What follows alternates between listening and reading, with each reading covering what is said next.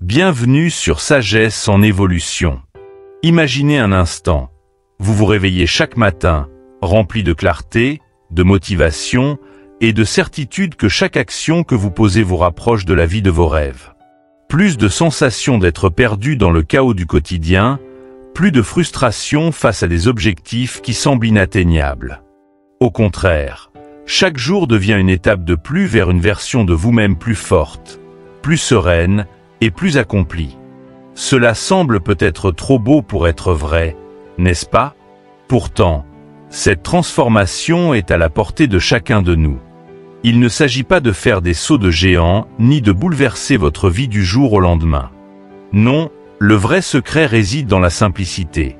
Des petites actions répétées au quotidien, des habitudes qui, à force de constance, finissent par façonner qui vous êtes et la vie que vous menez. Nous avons tous des rêves, des ambitions qui nous font vibrer, mais il arrive souvent que l'ampleur de ces rêves nous paralyse. Nous avons envie de tout changer, de tout réussir, mais le poids de l'effort à fournir nous pousse à abandonner avant même de commencer. Imaginez-vous au pied d'une montagne immense, regardant le sommet tout en haut. Vous pouvez ressentir cette pression, cette petite voix qui vous dit que c'est trop difficile, que ce n'est pas pour vous. Mais ce que beaucoup ignorent, c'est que l'ascension se fait un pas à la fois, et que c'est justement la régularité de ces pas qui vous fera atteindre des sommets. Dans cette vidéo, nous allons parler de 9 habitudes simples, mais puissantes. Des habitudes qui, si vous décidez de les adopter, peuvent totalement changer la manière dont vous vivez votre quotidien et vous rapprocher de vos rêves, une action à la fois. Ces habitudes sont à la portée de tous. Elles ne nécessitent ni talent particulier ni circonstances exceptionnelles, juste la volonté de les intégrer jour après jour. Et le plus important, ces petites actions répétées ont le pouvoir de créer des transformations profondes et durables.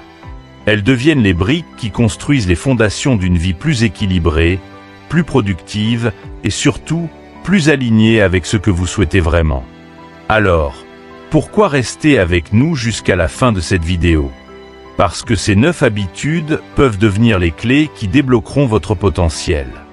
Vous découvrirez des pratiques que vous pouvez commencer à appliquer dès aujourd'hui et qui, sur le long terme, feront une différence significative dans votre vie. Vous allez comprendre comment des gestes apparemment anodins peuvent, au fil du temps, créer un impact bien plus grand que vous ne l'auriez imaginé. Si vous êtes fatigué de vous sentir stagné, de voir le temps passer sans avancer, cette vidéo est pour vous. C'est le moment de faire ce premier pas, celui qui vous permettra de bâtir la vie dont vous avez toujours rêvé. Restez avec nous, car ce que nous allons partager ici pourrait bien être le déclencheur dont vous avez besoin pour enfin voir des changements concrets dans votre vie. Ne laissez pas cette occasion passer, ne vous contentez pas de rêver à un avenir meilleur, construisez-le. Et cela commence ici, maintenant, avec vous. Prêt à découvrir comment transformer votre vie, un pas à la fois? Prenez une grande inspiration et plongeons ensemble dans le pouvoir des habitudes qui changent tout. C'est le début d'une nouvelle aventure et nous sommes ravis de la partager avec vous. 1. Définir son objectif et agir. Tout commence par une décision intérieure, un engagement envers soi-même. Comme l'a dit le philosophe stoïcien Épictète, dis-toi d'abord ce que tu voudrais être et puis fais ce que tu as à faire. Cette phrase simple contient une profonde sagesse. Avant de pouvoir transformer le monde qui nous entoure, il faut commencer par clarifier ce que l'on veut devenir, ce que l'on aspire à être au plus profond de nous-mêmes. Imaginez que vous êtes sur une route sans carte, sans destination précise. Chaque pas que vous faites, chaque détour que vous prenez, vous éloigne potentiellement de ce que vous désirez réellement. La première étape pour éviter cela est de définir clairement votre destination. Que voulez-vous accomplir? Quel genre de personne souhaitez-vous devenir? Cette réflexion est cruciale, car elle donne une direction à vos efforts et vous empêche de gaspiller votre énergie dans des actions qui n'ont pas de lien avec votre véritable objectif. Prenons l'exemple de quelqu'un qui souhaite devenir écrivain. Il ne s'agit pas seulement de rêver à la célébrité littéraire, mais de définir précisément ce qu'il veut dire à travers ses écrits. Souhaite-t-il inspirer, divertir ou encore éveiller des consciences. Cette clarté dans son objectif déterminera le chemin à suivre. Et une fois cet objectif clarifié, il doit passer à l'action. Mais attention, il ne s'agit pas de se dire « je vais écrire un best-seller » et de s'asseoir en attendant que cela se réalise. Il s'agit plutôt de se demander « quelles petites actions puis-je faire aujourd'hui pour me rapprocher de cet objectif ?» Peut-être que cela signifie écrire une page par jour, lire des auteurs inspirants ou suivre des ateliers d'écriture. Ce sont ces petites actions répétées qui, au fil du temps, le rapprocheront de son objectif. En stoïcisme, il est essentiel de comprendre que ce ne sont pas les grands bouleversements qui mènent à une transformation durable, mais les petites décisions quotidiennes. Pensons à l'exemple d'une personne souhaitant adopter un mode de vie plus sain. Elle pourrait être tentée de tout changer du jour au lendemain. Commencer un régime strict, aller à la salle de sport tous les jours, éliminer tous les aliments qu'elle aime. Mais la réalité est que cette approche est rarement durable. Au contraire, si elle commence par une simple habitude, comme marcher 20 minutes par jour ou remplacer une boisson sucrée par de l'eau, elle pose les bases d'un changement à long terme. Et chaque fois qu'elle choisit une option plus saine, elle se rapproche un peu plus de son objectif de bien-être. Les stoïciens insistent sur le fait que l'important est de se concentrer sur ce qui est en notre pouvoir. Nous ne pouvons pas contrôler les résultats immédiats de nos actions, mais nous pouvons contrôler les efforts que nous y mettons. C'est cette régularité, cette persévérance, qui fait la différence sur le long terme. Le monde actuel nous pousse souvent à chercher des solutions rapides, des résultats immédiats. Mais la véritable transformation est comme une graine plantée dans le sol. Elle a besoin de temps, d'attention et de soins pour pousser. Chaque petite action, chaque effort, arrose cette graine et la rapproche un peu plus de sa pleine croissance. Un autre exemple est celui de quelqu'un qui souhaite apprendre une nouvelle langue. Au lieu de passer des heures à étudier intensivement pendant quelques jours puis d'abandonner, il vaut mieux consacrer 15 minutes par jour à cette activité. Au début, cela peut sembler insignifiant, mais au bout de quelques mois, ces petites sessions régulières auront un impact majeur. C'est le principe même des habitudes. Elles s'accumulent et finissent par créer un effet boule de neige. Chaque minute passée à pratiquer cette langue se cumule, chaque mot appris s'ajoute aux autres pour former une base solide. Et c'est cette base qui, avec le temps, mène à la maîtrise. Le stoïcien Marc Aurèle écrivait dans ses « Pensées pour moi-même ». Notre vie est ce qu'en font nos pensées. Et nos pensées influencent nos actions. Si nous commençons chaque journée en nous demandant ce que nous voulons accomplir et comment nous pouvons nous rapprocher de notre idéal, nous mettons en place une dynamique de progrès. C'est un dialogue intérieur à cultiver quotidiennement. Quelle est la prochaine petite action qui me rapprochera de mon objectif ? Et quand les résultats ne sont pas immédiatement visibles, il est essentiel de se rappeler que chaque effort compte. C'est un peu comme si l'on gravissait une montagne. Chaque pas semble insignifiant, mais si l'on continue à avancer, un jour on finit par atteindre le sommet. De loin, on réalise que c'est la somme de tous ces petits pas qui nous a permis de surmonter les obstacles et d'atteindre notre but. Cette première étape, définir ce que l'on veut être et agir en conséquence, est fondamentale pour construire une vie pleine de sens et alignée avec nos valeurs. Il s'agit de prendre en main son destin, de ne pas laisser la vie se dérouler au hasard, mais de devenir un acteur de son propre parcours. En décidant d'agir aujourd'hui, vous posez les premières pierres d'un avenir meilleur. Vous vous donnez la chance de devenir la personne que vous admirez, celle que vous rêvez d'être. Et cela commence par des actions simples, accessibles, mais réalisées avec constance et détermination. Restez avec nous, car maintenant que nous avons posé les bases de l'importance de définir son objectif et de passer à l'action, nous allons voir ensemble une autre habitude tout aussi puissante qui transformera la manière dont vous vous présentez au monde et vous permettra de gagner en confiance. La prise de parole en public. Une compétence redoutée par beaucoup, mais qui peut devenir un véritable levier de transformation personnelle et sociale. 2. Prise de parole en public. La prise de parole en public, voilà une aptitude qui effraie autant qu'elle fascine.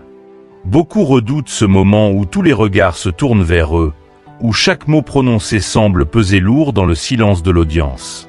Mais paradoxalement, c'est aussi une des compétences les plus valorisées, et pour cause. Elle est un puissant vecteur de changement personnel et d'influence sociale. Parler en public, c'est plus que simplement partager une information. C'est transmettre une vision, inspirer et toucher profondément ceux qui écoutent. Si l'idée de s'exprimer en public vous paralyse, vous n'êtes pas seul. La peur de la prise de parole est universelle. Elle trouve son origine dans notre instinct de survie, hérité de nos ancêtres. Nous redoutons le jugement du groupe, car jadis, être rejeté par la tribu pouvait signifier la fin de nos jours. Mais dans le monde moderne, affronter cette peur est un passage obligé pour qui veut s'épanouir et grandir. Surmonter cette barrière, c'est accéder à une nouvelle version de soi, plus audacieuse et plus assurée. Il ne s'agit pas ici de se jeter directement dans la fosse aux lions en prononçant un discours devant des centaines de personnes. Comme pour toute transformation durable, la progression doit être graduelle. Laissez-moi vous raconter l'histoire de Paul, un employé de bureau réservé. Pour lui, prendre la parole pendant une réunion d'équipe de 10 personnes était déjà un calvaire. Il sentait ses mains trembler, sa voix hésiter, chaque mot semblait être une montagne à franchir. Mais un jour, il a décidé de commencer petit. Lors de la pause déjeuner, il a commencé à parler à un collègue de ce qu'il pensait du dernier projet. Ce n'était pas un discours formel, juste une discussion plus ouverte. Et il s'est rendu compte que ce n'était pas si effrayant. Fort de ce petit succès, il a décidé de participer aux réunions hebdomadaires de son équipe en partageant au moins une idée. Petit à petit, sa voix est devenue plus assurée, ses mains ont cessé de trembler. Il s'est rendu compte que le regard des autres n'était pas si hostile, que ses collègues écoutaient réellement ce qu'il avait à dire. C'est en parlant devant un petit groupe qu'il a pris confiance, et progressivement, il s'est aventuré à présenter ses idées devant des audiences plus larges. Quelques mois plus tard, Paul était capable de mener une présentation devant une trentaine de personnes sans ressentir cette terreur paralysante qu'il habitait auparavant. L'histoire de Paul nous montre que la prise de parole en public est avant tout une affaire de pratique et de progression. En commençant par de petits groupes où l'on se sent plus à l'aise, on apprend à gérer la pression, à apprivoiser la nervosité qui nous tenaille lorsque les regards se tournent vers nous. Chaque petit succès renforce la confiance en soi et nous prépare à affronter des défis plus grands. La prise de parole en public a aussi un autre effet puissant. Elle façonne la manière dont les autres vous perçoivent. Imaginez un instant deux collègues dans une entreprise. L'un est discret, toujours en retrait, et même s'il a de bonnes idées, il n'ose jamais les exprimer en réunion. L'autre, en revanche, parle régulièrement, même pour poser des questions simples. À compétence égale, le second est souvent perçu comme plus compétent, plus sûr de lui, même si ses idées ne sont pas nécessairement meilleures. C'est parce qu'en parlant en public, vous donnez aux autres une image de leadership et de maîtrise. Vous montrez que vous avez le courage de vous exposer, d'assumer votre opinion, et cela inspire le respect et la confiance. Mais la prise de parole ne se limite pas à la confiance en soi et à l'image projetée. C'est aussi un moyen de créer des connexions profondes avec les autres. Lorsque vous parlez en public, vous avez l'opportunité de toucher des gens, de les inspirer, de les faire réfléchir différemment. Rappelez-vous la dernière fois que vous avez écouté un discours qui vous a marqué. Peut-être un professeur qui vous a inspiré à poursuivre vos études, un conférencier dont les mots vous ont bouleversé, ou même un ami qui a su trouver les mots justes au bon moment. Ces personnes ont su, à travers leurs mots, établir une connexion authentique avec vous. Parler en public, c'est se donner la chance de créer ce genre de moments inoubliables pour les autres. Prenons l'exemple de Sophie, une entrepreneure qui, au début de sa carrière, n'osait jamais prendre la parole lors des réunions avec ses partenaires commerciaux. Elle restait en retrait, craignant de dire quelque chose de maladroit. Mais un jour, elle a pris le risque de partager son point de vue sur une nouvelle stratégie de marketing. À sa grande surprise, son idée a non seulement été bien accueillie, mais elle a aussi suscité des discussions passionnantes au sein de l'équipe. Cela a marqué un tournant pour elle. Elle a compris que sa voix avait de la valeur et qu'elle pouvait avoir un véritable impact sur la direction de son entreprise. En prenant la parole, Sophie a commencé à bâtir sa réputation de leader et à créer des liens plus solides avec ses collaborateurs. Pour développer cette compétence, il est important de se rappeler que la peur ne disparaîtra pas du jour au lendemain. Même les orateurs les plus chevronnés ressentent un certain trac avant de monter sur scène. La différence réside dans leur capacité à canaliser cette nervosité pour en faire une force. Plutôt que de tenter de se débarrasser totalement de la peur, il est préférable de l'accepter comme une compagne de route, un signal que ce que l'on fait est important. Le stoïcien Sénèque nous rappelle que la maîtrise de soi commence par l'acceptation de ses émotions et non par leur suppression. Lorsque vous vous préparez à prendre la parole en public, concentrez-vous sur ce que vous pouvez contrôler. La clarté de votre message, la préparation de votre discours et la façon dont vous vous présentez. Préparez votre intervention, mais ne cherchez pas la perfection. Permettez-vous d'être authentique. C'est cette authenticité qui rend vos paroles plus touchantes et plus mémorables. Plus vous vous concentrez sur ce que vous pouvez contrôler, comme la préparation et la pratique, moins vous serez préoccupé par ce qui échappe à votre contrôle, comme les réactions de votre audience.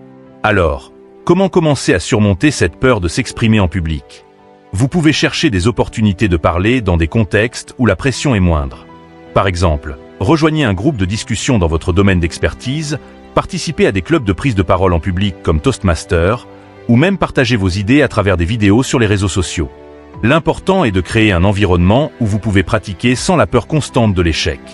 Rappelez-vous, chaque mot que vous prononcez en public est une occasion de vous rapprocher de votre potentiel, de devenir la version de vous-même qui ose s'exprimer, qui n'a pas peur d'être entendu. Et chaque pas, aussi petit soit-il, vous rapproche de cet objectif. Au début, cela peut sembler difficile, mais rappelez-vous que le plus important est de continuer à avancer. Avec le temps, la prise de parole en public deviendra une force, un atout qui vous permettra de saisir des opportunités que vous n'auriez jamais imaginées auparavant.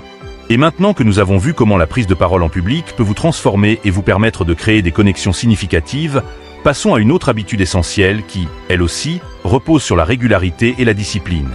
La ponctualité. Être à l'heure, c'est bien plus qu'une simple question de respect du temps.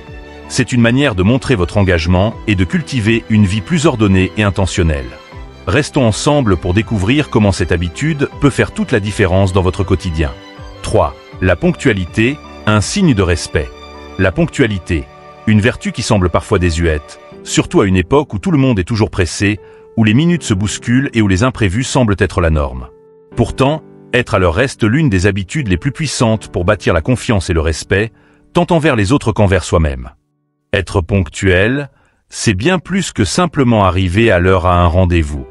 C'est un témoignage silencieux de votre discipline personnelle, de votre capacité à organiser votre temps et du respect que vous portez à autrui. Imaginez un instant que vous avez un rendez-vous d'affaires important. Vous arrivez à l'heure, prêt et serein, tandis que votre interlocuteur se présente avec 15 minutes de retard, visiblement stressé et pressé de passer au point suivant de sa journée. Quelle impression cela laisse-t-il ? Même si son intention n'était pas de vous manquer de respect, il est fort probable que vous en conclurez qu'il ne valorise pas votre temps autant que vous valorisez le sien. Ce simple exemple montre à quel point la ponctualité peut influencer la perception des autres à votre égard. En étant ponctuel, vous envoyez un message clair. Je respecte votre temps et je respecte également le mien. Pour les stoïciens, la maîtrise de soi est au cœur de toutes les vertus. La ponctualité incarne cette maîtrise. Elle signifie que vous êtes capable de prévoir, de vous organiser et de gérer les imprévus qui font partie de la vie. Être à l'heure, c'est reconnaître que le temps est une ressource précieuse, une monnaie qu'on ne peut jamais regagner une fois dépensée. Contrairement à l'argent ou à d'autres ressources matérielles, le temps ne se rattrape pas. Une minute perdue est perdue à jamais. Prenons l'exemple de Maria, une professionnelle qui, au début de sa carrière, avait l'habitude de toujours arriver en retard à ses rendez-vous. Pour elle, quelques minutes de retard ne semblaient pas poser de problème. Pourtant, elle a vite remarqué que ses collègues et clients la percevaient comme peu fiable, ce qui affectait la qualité de ses relations professionnelles. Elle a donc décidé de changer cette habitude. Elle a commencé par planifier ses journées avec plus de soin, en anticipant les imprévus, comme le trafic ou les retards de transport. Elle a également adopté une règle simple, partir 10 minutes plus tôt que nécessaire pour chaque rendez-vous. En quelques mois, elle a remarqué une nette amélioration dans la manière dont les autres la percevaient.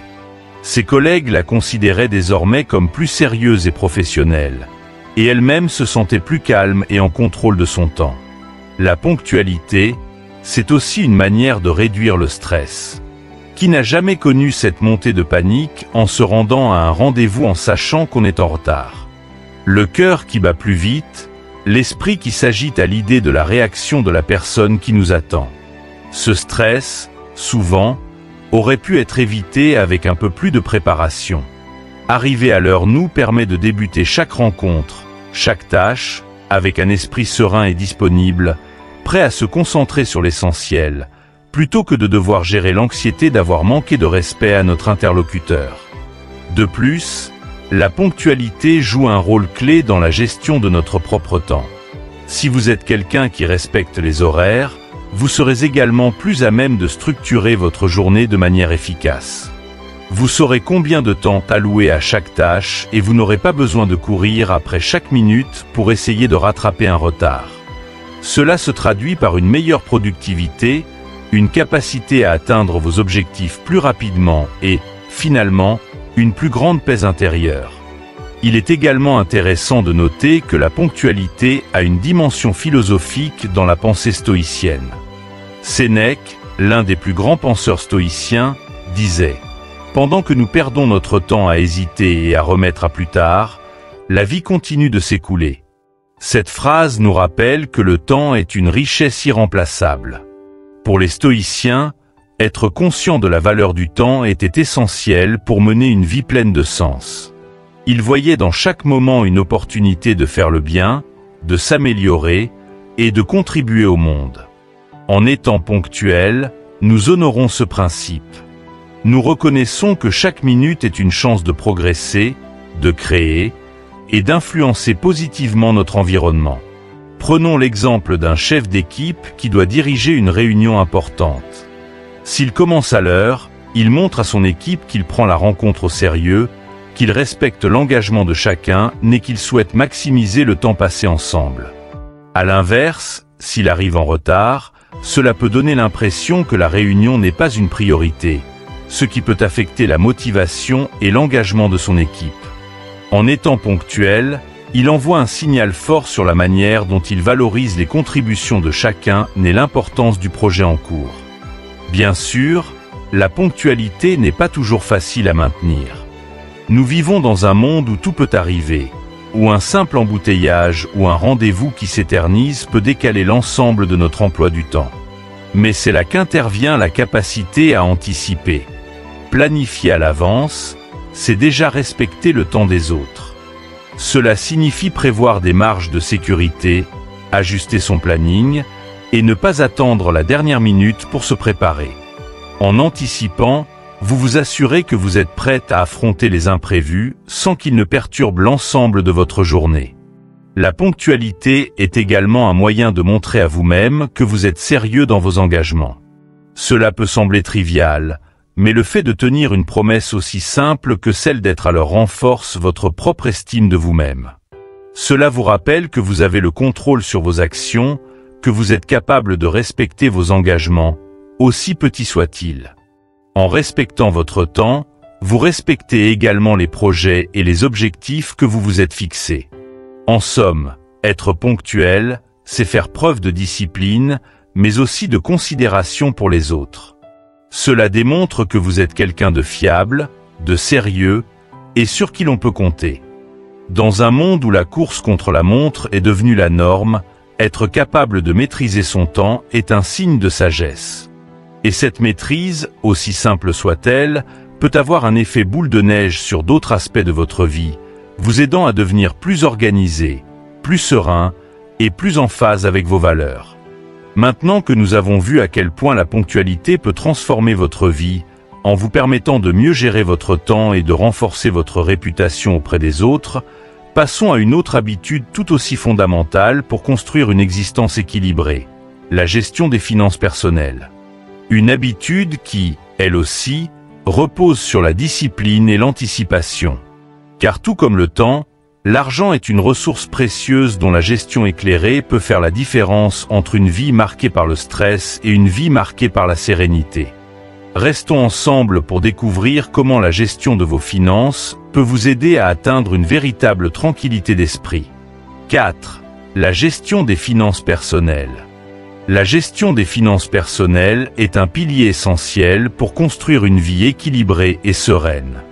Pourtant, beaucoup de personnes négligent cet aspect crucial, pensant que la sécurité financière se résume à gagner plus d'argent ou à épargner sans réflexion. Mais la réalité est plus complexe. Une gestion financière saine repose sur une compréhension fine de nos habitudes de dépenses, sur une planification rigoureuse et sur la capacité à aligner nos ressources avec nos véritables priorités. Gérer son argent avec sagesse, c'est se donner les moyens de bâtir un avenir où le stress financier laisse place à la tranquillité d'esprit. Prenons l'exemple de Julie, une jeune professionnelle qui, au début de sa carrière, dépensait sans vraiment compter. Chaque fin de mois, elle se retrouvait à surveiller son compte en banque de prêt, anxieuse à l'idée de ne pas pouvoir couvrir toutes ses dépenses. Elle pensait que le problème se résoudrait de lui-même à mesure que son salaire augmenterait. Mais même lorsque ses revenus ont progressé, elle s'est vite rendue compte que ses soucis financiers persistaient.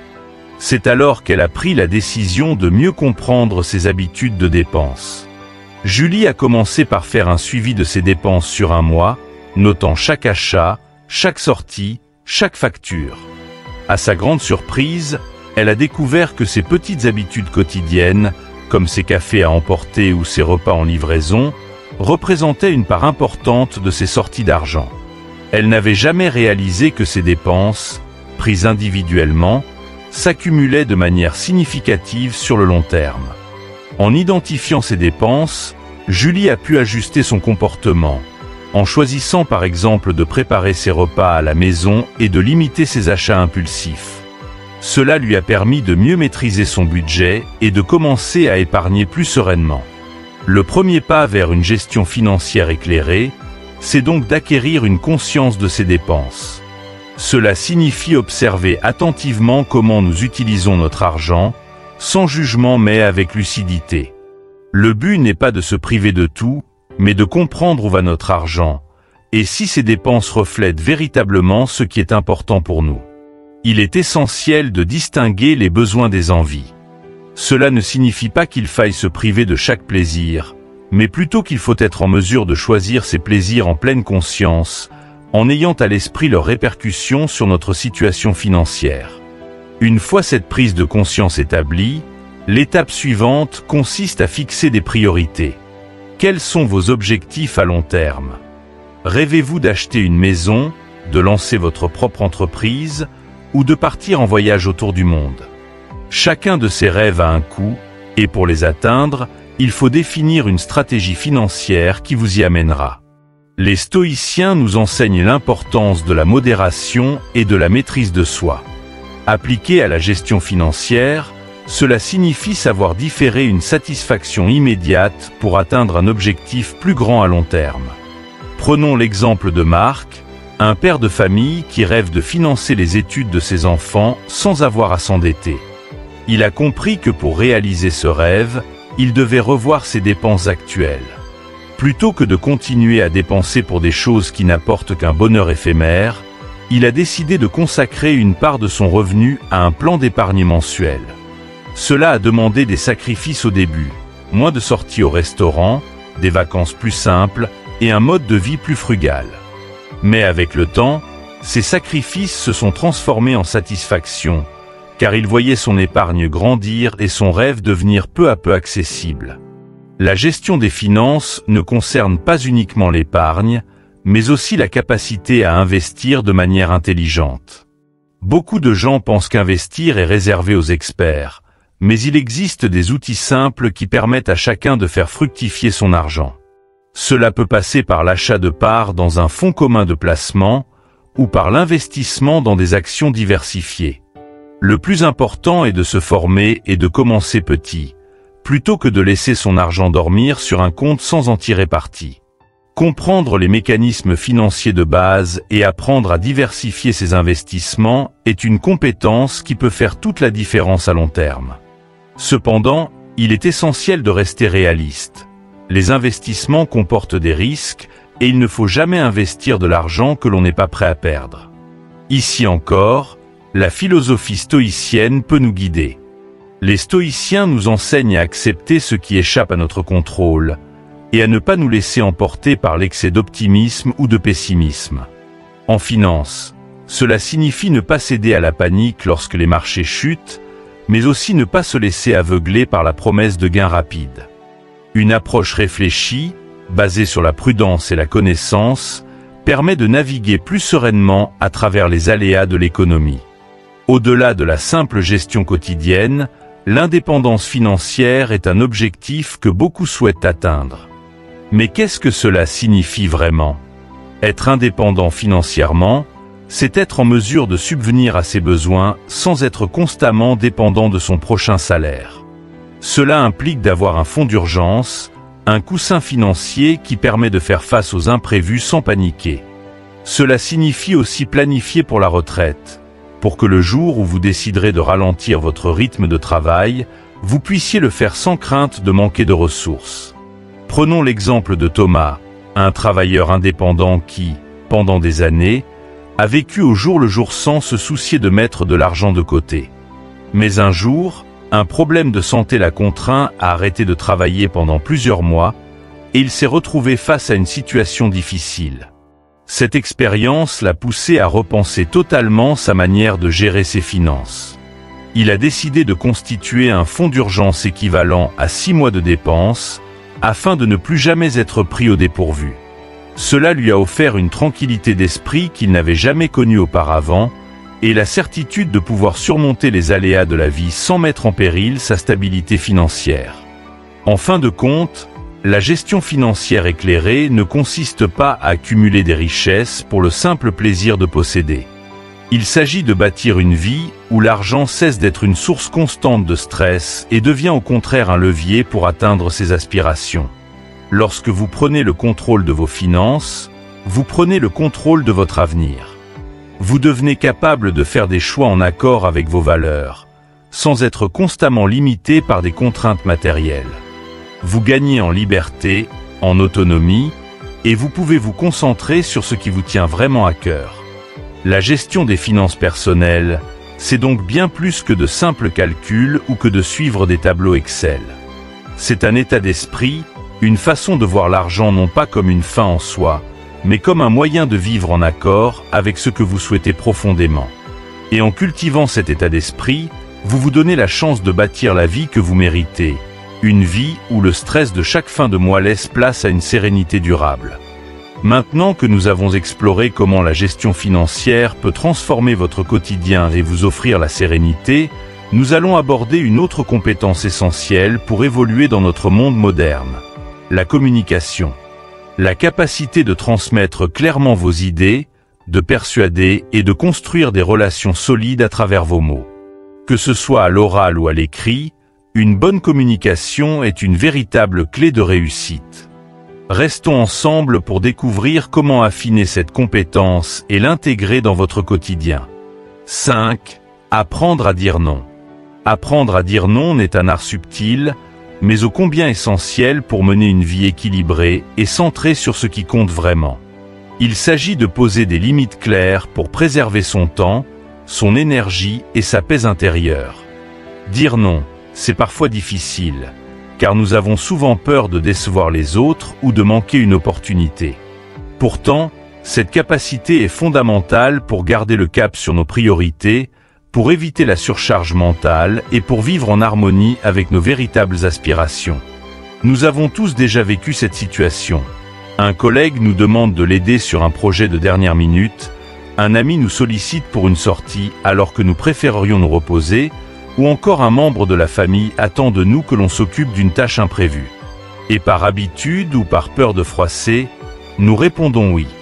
Mais à force de dire oui à tout, on finit par s'épuiser et par perdre de vue nos propres besoins. Chaque oui que nous prononçons à contre-cœur, c'est un peu de notre temps et de notre énergie que nous donnons, sans forcément recevoir en retour ce qui nourrit véritablement notre bien-être. Prenons l'exemple de Clara, une jeune cadre dynamique qui, au début de sa carrière, voulait tout faire et tout réussir. Elle disait oui à chaque opportunité de projet au travail, à chaque invitation de ses amis, à chaque demande de service de ses proches.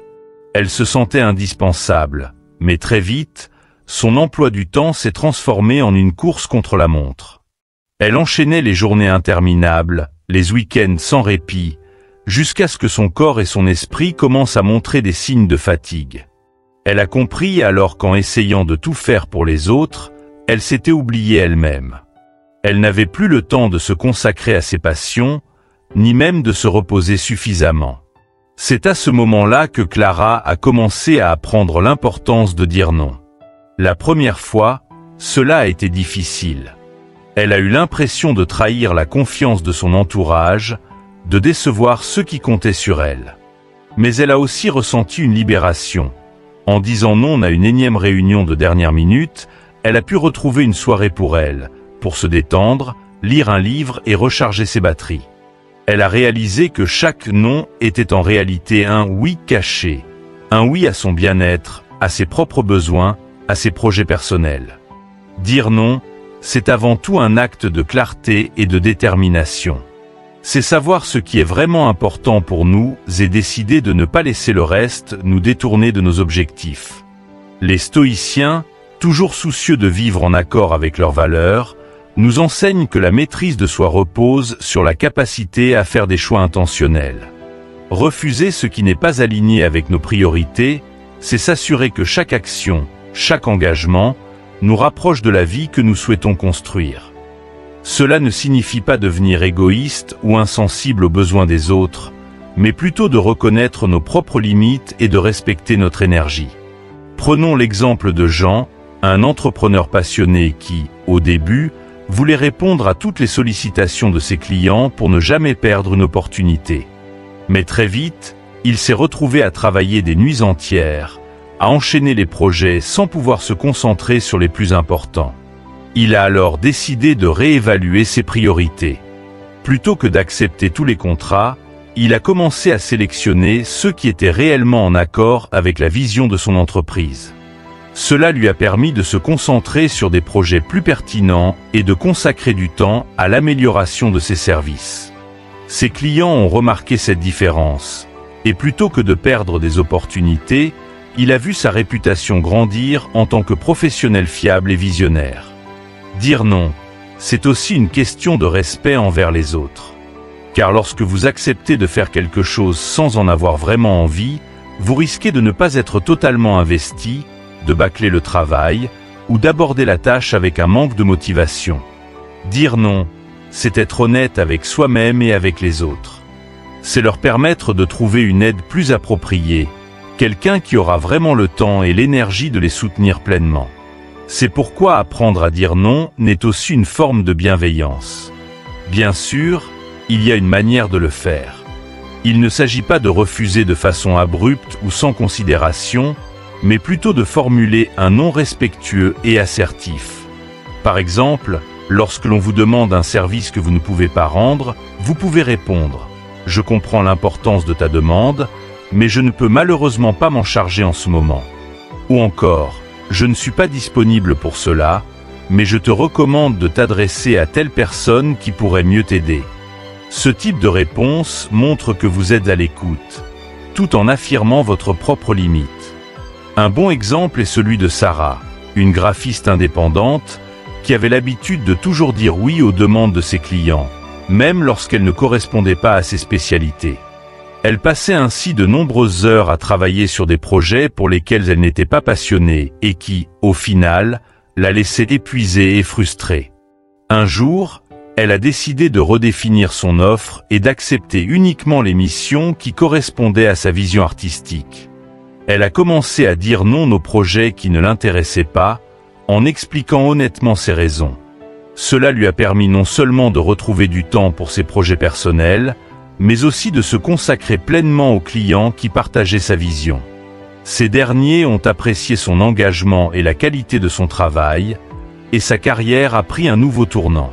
Refuser une demande, c'est aussi une manière de donner de la valeur à son temps. Il est crucial de se rappeler que chaque oui prononcé à une tâche superflue est un non à quelque chose de plus essentiel pour vous. Cela peut être un moment de détente, du temps passé avec vos proches, ou encore l'énergie que vous consacrez à développer une compétence qui vous tient à cœur. Le stoïcien Épictète disait Nous avons 2 oreilles et une seule bouche, afin que nous écoutions plus et parlions moins. De la même manière, nous devrions dire moins de oui et plus de non pour nous concentrer sur ce qui a vraiment de l'importance. Savoir dire non vous aide à clarifier votre chemin et à renforcer votre détermination. C'est une compétence précieuse pour ceux qui souhaitent vivre intentionnellement, en accord avec leurs valeurs et leurs objectifs. Cela peut demander du courage, surtout lorsque l'on a été habitué à faire plaisir aux autres. Mais le gain en sérénité et en satisfaction personnelle est immense. À présent que nous avons exploré l'importance de savoir dire non et comment cette simple action peut redonner du sens et de l'énergie à votre quotidien, il est temps de parler de la cohérence, la clé qui permet de faire fructifier toutes les habitudes que nous avons abordées jusqu'à présent. Car dire non, être ponctuel, bien gérer ses finances, toutes ces choses ne porteront des fruits que si nous savons les appliquer avec constance. Restez avec nous pour découvrir comment la cohérence peut devenir la force motrice de votre transformation personnelle et vous aider à maintenir le cap dans toutes les situations. La transformation de votre vie ne repose pas sur des changements spectaculaires, mais bien sur l'adoption d'habitudes simples, ancrées dans la constance. Nous avons souvent tendance à croire que pour changer notre existence, il nous faut des révolutions intérieures, des bouleversements majeurs. Mais en réalité, ce sont les petites actions du quotidien qui créent les plus grandes différences. Pensez aux graines que l'on plante. Ce n'est pas le premier jour que l'on voit les fruits de notre travail, mais en les arrosant chaque jour, en prenant soin d'elles avec patience et persévérance, elles finissent par se transformer en un arbre solide et florissant. Il en va de même pour les habitudes que vous choisissez d'adopter, qu'il s'agisse de la ponctualité, de la gestion de vos finances, de la maîtrise de votre temps, ou de la capacité à dire non pour préserver ce qui est important. Chacune de ces actions, aussi minime qu'elle puisse paraître, constitue une brique supplémentaire dans la construction de la vie que vous désirez. La route peut parfois sembler longue et les obstacles peuvent vous décourager. Mais rappelez-vous que chaque pas compte. Ce n'est pas la vitesse à laquelle vous avancez qui importe, mais la direction que vous prenez. Chaque matin où vous choisissez de vous lever un peu plus tôt pour méditer ou lire, chaque fois que vous dites non à une distraction pour vous concentrer sur un projet qui vous tient à cœur, chaque moment où vous respectez vos engagements envers vous-même et les autres, vous construisez la version la plus accomplie de vous-même. Ces petites victoires du quotidien ne sont pas insignifiantes. Elles sont les preuves tangibles de votre capacité à évoluer, à devenir la personne que vous souhaitez être. Elles renforcent votre confiance et vous montrent que le changement est à votre portée, un pas à la fois. Il est crucial de comprendre que la clé de la réussite réside dans la constance. Beaucoup se lancent avec enthousiasme dans de nouveaux projets, mais abandonnent face aux premières difficultés. Mais ceux qui persévèrent, qui acceptent que la progression soit parfois lente, finissent toujours par récolter les fruits de leurs efforts. Comme le disait le philosophe stoïcien Sénèque, ce n'est pas parce que les choses sont difficiles que nous n'osons pas, c'est parce que nous n'osons pas qu'elles sont difficiles. Prenez la décision, dès aujourd'hui, de ne plus remettre à demain ce qui peut être fait maintenant. Commencez à planter ces petites graines de changement et ayez confiance dans le processus. Votre détermination sera votre meilleur allié, et chaque effort que vous ferez aujourd'hui rapprochera un peu plus votre avenir de la réalité que vous désirez tant. Alors, quelle sera la première habitude que vous allez adopter dès aujourd'hui ? Partagez-la dans les commentaires et engagez-vous à prendre ce premier pas vers la transformation de votre vie. Chez Sagesse en Évolution, notre mission est de vous accompagner sur ce chemin, de vous inspirer et de vous rappeler que vous n'êtes pas seul dans cette quête de développement personnel. Si cette vidéo vous a été utile, pensez à la liker et à la partager avec ceux qui, comme vous, cherchent à évoluer et à bâtir une vie plus épanouissante. Et pour ne rien rater de nos prochains contenus inspirants, abonnez-vous à la chaîne et cliquez sur la cloche de notification. Ensemble, continuons d'évoluer et de grandir, une habitude à la fois. À bientôt pour de nouvelles aventures de transformation, et n'oubliez pas, le changement commence toujours par une simple décision.